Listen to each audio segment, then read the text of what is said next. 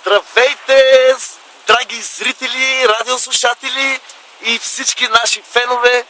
Днес се включваме отново от плаж Пакамото, откъдето ще ви покажем нови находки на професор, инженер, археолог, кандидат, член Лазар Тулев, който днес е намерил отново нови находки, които доказват съществуването на паламут в древността и как нашите предци са използвали паламуда както за храна, така за лекарства и всякакви други видове. Намерили сме всякакви инструменти, с които хората са разчленявали, правили са тракули, риболували и всякакви видове паламут, като пържен паламут, течен паламут плакия, и мракули. И сега ви представям небезизвестния, световно известния, феноменалния археолога, океанолог на океаните и световните 7 морета Лазар Тулев. Здравейте, приятели! Съжаляваме за нашата пауза, но тъй като нашия любим член-кореспондент беше на Силистар, аз бях малко по конференции. Днес темата е риба, лов и паламуд лов. Както знаете, в момента е сезона на паламудите, нашите големи приятели всяка вечер се прибират с тонове, тонажи, тирове, паламуд. Чичо Милко Харизанов и детето на риболова Зафир Кожухаров. Да. Какво сте открили днес в древното море?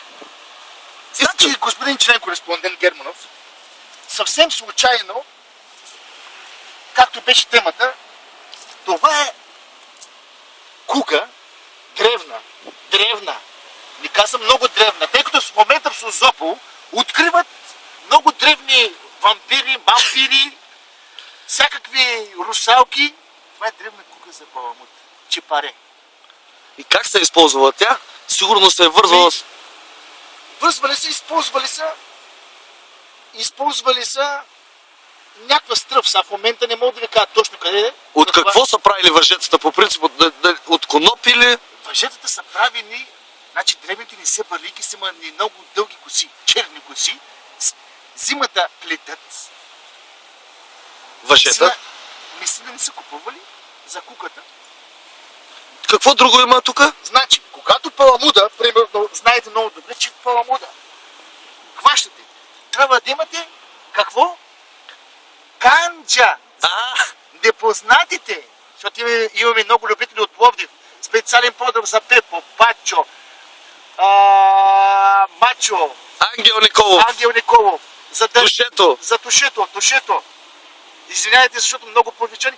Това е паламуда са фаща. На времето паламуда е било ето колко. Фаща, забива се и се вади на лодката. Използвали се куки тип тежест. Това малко наподобяват на съвременно такова, но вижте каква е. Това е вече за по-големи паламуди, големата кука липса. Турук, както... За турук, така член кореспондент, за турук. Но идва и въпроса. Ами тя рибата е жива. Как се убива? Така се убива. Това от каменната ера. Каменна ера. Не се бъде много каменен, много стар град. И как? Дръбнете се него да не бъде засегна. Удар! Еднократна употреба. На времето е нямало такива втора. Еднократна употреба. Паламуда по главата и долу. И изхвърляне. Сега, идва въпроса, значи, хванали сме паламуд, умъртвили сме го. Така. Как ще го консумираме? Как? Солен, разбира се. И? Предястие. Това са дребни почици. Паламуда се е рязал на търкули, на ленчки. Нарежда се в бъчви. Един ред паламуд, един ред стари киримити. И придават вкус. Пак и по темата Аджаба Кока Ападжасмо, нали? Сокере, сокаи, мазна и тирим бенси, ковърна с кечама, анна гетими. Да. Какво е това нещо?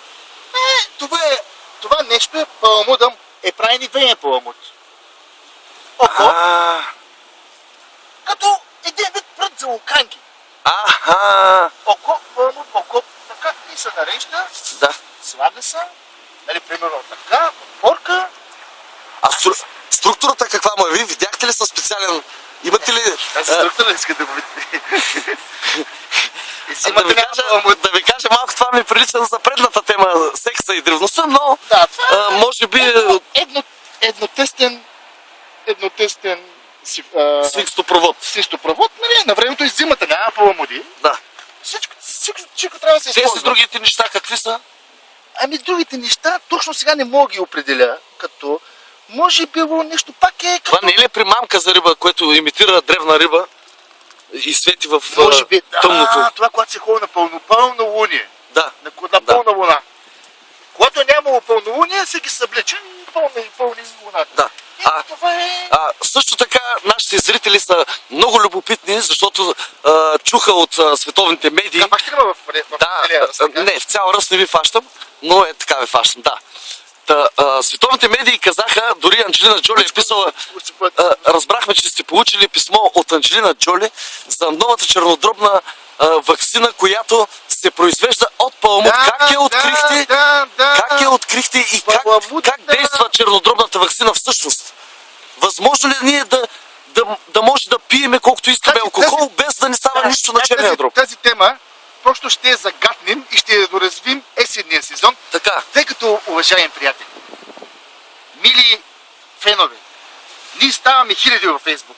Ние може би вече ще станем милиони, но просто трябва да днеска закриваме сезона с темата рибарство, лов, риболов. И започват зимните предавания. Есените. Да. Лято, есен, зима, пролет, лято пак. Така. Това е за чернодробната ваксина. Искат хората да разберат, ще могат ли да пият колкото си искат алкохол и да приемат даден вид наркотици, без това да влияе на тяхната... празници, Никулден, коледни празници, новогодишни празници, ще изпратите ли една инжекция на Анджелина Джоли, която в момента е толкова болна? Аз имам пълна кореспонденция с Анджи, защото аз сега не викам мис Джоли. Аз Анджи имаме кореспонденция, но това ще го разкажа на нашите приятели в следващия епизод. Искам да ви покажа морето, нашата приятелка Леда. Това е тя отговаря за логистиката, един вид за транспорта на цялото предаване. И какво да ви пожелая, бъдете щастливи, обичайте се, както винаги правете любов, а не война. Благодаря ви, професор Тулев. Аз много ви благодаря. Директно от плаж Плакамото предадахме третата част на нашето предаване пълни глупости, които всъщност не са пълни глупости, а са пълни истини, защото чернодробната ваксина вече е на лице и ще бъде пусната в продажба в аптеките от 8 юли 2013 година. Ако сме живи, дал Бог добро на вас. Поздрави, целувки, правете както казва археолог, океанолог Тулев. Любов, а не война. Атлантидолог.